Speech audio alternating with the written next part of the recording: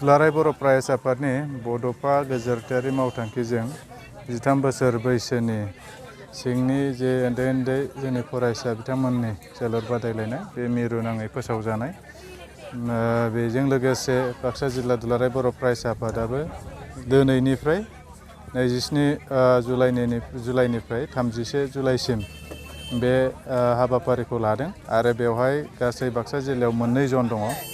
गबरधनानि नैबे लासित एमइ स्कुलनि लांगोनायाव मोनसे आरो नारायणपुराव मोनसे जन, मुसलपुर साब डिभिजननि मोनसे जन। बे 2 जनाव दिनैनिफ्राय बे जोलुर बादायलायनाया जागासिनो दङ आरो बेवहाय उन्दै फंबाय बिथांमोना दख'रानि बेन्दोङाव गेलेनानै जायफोर एसे राफोदसिन गोरोंसिन बिथांमोना बेहाय बाहागो लाफैदों आरो बेबायदिनो जिल्लायाव जायफोर बाहागो लाफैगोन बिथांमोननिफ्राय फिन सायख'बावनाय जागोन आरो मिरुआव जिहेतु दुलाराय बर' फरायसा आफादा बड'फा FC मुङै मोनसे क्लाब बेहाय रेजिस्टार खालामनाय जाबाय आरो बे क्लाबाव जिल्लानिफ्राय साबा सायख'नाय जागोन आरो बिनि ट्रायला फैबाय थानाय आगस्ट दानाव जागोन।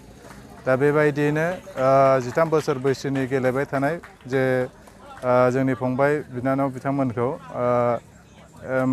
आन्डार 13ल' नङा 17सिम जाहाथे लांगोन मिरु दुलाराय बर' फरायसा आफादनि मोनसे सिमां दङ आरो बेबायदिनो स्टेट लेभेल नेसनेल लेभेलखौ गेलेनो खाबु जाहाथे होनो हायो बिनि थाखायबो जों बेखौ नाजाबाय थानाय जादों आरो बियो दिनै बे बोसोरनिल' नङा 4थि खेब जाबाय आरो 4थि खेबसिम जोङो गोबां जे गेलेगिरि बिथांमोनखौ नुबाय, गोबां एक्सपार्ट जाबोदों। जागायजेननायावथ' गोबाङा नांगौबायदि गेलेनो हायामोन, नाथाय 13 बोसोरबाबो देग्लायसिमहालागै जिहेतु 4थि जाबाय, बे 4थियाव गोबां आखा-फाखा बे गेलेगिरिया फैदों।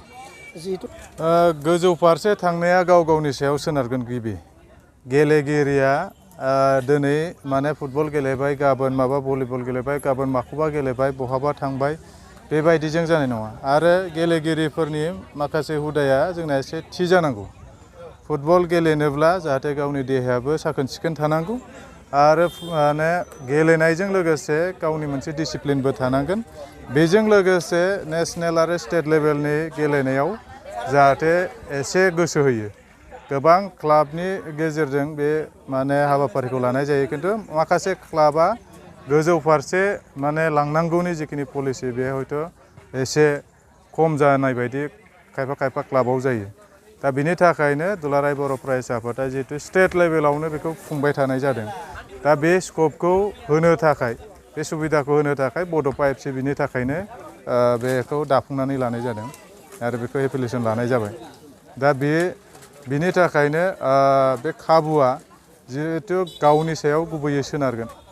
गावनि सायाव सोनारनायजों लोगोसे जोङो जुदि गोरोंफोरखौ बा एसे रोंगौसिनफोरखौ जेब्ला ट्रायल जायो, जोङो नुदों ISPLनि ट्रायलाव गोबां गोरों माने गेलेगिरिफोरा थाङाखैनो। मुसलपुराव थांनाय सिगां बाराव ISPLनि ट्रायलखौ जों नायदोंमोन। दा बेवहाय जों नुबाय मोजां गेलेगिरि बाक्सायाव दङ। नेसनेल लेभेलसिमबो मोनहैदों खायफा माने आन्डार 17 आन्डार सोरबा आइजोफ्राबो मोनहैदों, हौवासाफोरनिफ्रायबो मोनहैदों। थेवबो खिन्थु जेब्ला ट्रायल जायो बेवहाय जोंना मोजां प्लेयारा बाहागो लानो गोसो गैयै। बे मोनसे जोंनि एसे गेलेगिरिफोरनि गावनि गोरोन्थि जागोन। दा बेनि थाखायनो state level, district level, national लेभेलनि ट्रायलाव जाहाथे बाहागो लायो। क्लाबावथ' थागोनानो, बिनि बायदिबो बै ट्रायलाव जाहाथे बाहागो लायोब्ला अब्लासो बे प्रसेसै खारगोन आरो थोंजोङै नेसनेल लेभेल गेलेहैनो मोनगोना बेबायदिथ' सम्भब जाखाया। माने गुदिनिफ्रायनो आन्डार 13निफ्राय आन्डार 11निफ्राय बेबायदिनो प्रसेसै थांनांगोन, बेखौ आरो कन्टिनिउ लांनांगोन। आरो बेजों लोगोसे जोंहा जे दिनैनि समाव बिटिआर हालामावथ' गोबां सुबिदा दं आरो गभमेन्टनिफ्राय गोबां प्रसेस लादों।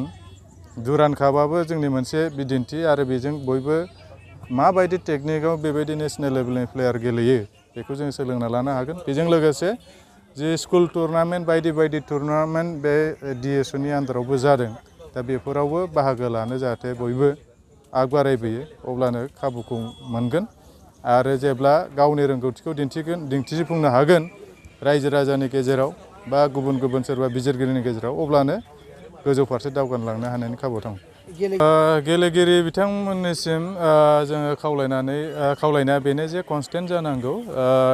जाय गेलेनायखौ आयदाखौ लादों बे गेलेनायाव जाहाथे गोसो होयो बेजों लोगोसे उन्दै जायफोर फरायसा बिथांमोन फरायनायखौबो लांफानांगोन दिनै फरायनायजों आरो माबा मोनसे गेलेनाय जुदि नेसनेल लेभेलनि सार्टिफिकेट थायोब्ला खाबुआथ' बयहाबो गोबां दङ फुटबलनि बादै बेलेग गेलेगिरिफोरनि माबाफोर दङ नामा दिनैनि समावथ' इन्डिभिजुवेल गेम गोबां दङ जायखौ दुलाराय बर' फरायसा आफादा होजोबाखै आरो जोंहा दुलाराय बर' फरायसा आफादनि जे कनफारेन्स जायो कनभेनसन जायो बेहाय भलिबल काबादि बायदिखौ बेखौ होनाय जायो माराथनफोरखौ खारनायफोरखौ होनाय जायो नाथाय गोबां गेम दङ जायखौ जों लाजोबनो हाया आरो बे सम्भबबो नङा गोबां माने थाखा फैसानि इनभेस्टमेन्टनि खोथा फैगोन बेवहाय दा बेनि थाखायनो जि आयदाखौ जोङो जिखिनिखौ लादों आरो इन्डिभिजुवेल गेमाव जायफोर दङ माने बक्सिं थागोन कमफु थागोन बायदि बिथिङाव गेलेबाय थादों बिथांमोनाबो जाहाथे फकास खालामनांगोन गावनि गेलेनायखौ आरो गावनि डिसिप्लिना मोनसे थाथारनांगोन जायहा डिसिप्लिन गैया बेथ' आरो गेलेनानैबो मोजां गेलेगिरिबाबो बेखौ सायख'नांगौआ थान जायो दा बिनि थाखायनो खावलायबाय आब्रुथिया थाथारनांगोन मानो होनबा मोनसे डिसिप्लिनजोंसो मोनसे गेम मोनसे गेलेनाय जिखिनि आयदा गेलेनायानो जाया मानो बे डिसिप्लिना साफ्रोमनावबो थानांगौ आरो फरायनायखौबो जाहाथे कनस्टेन्ट खालामो फरायलांबाय थायो बेखिनिखौ खावलायबाय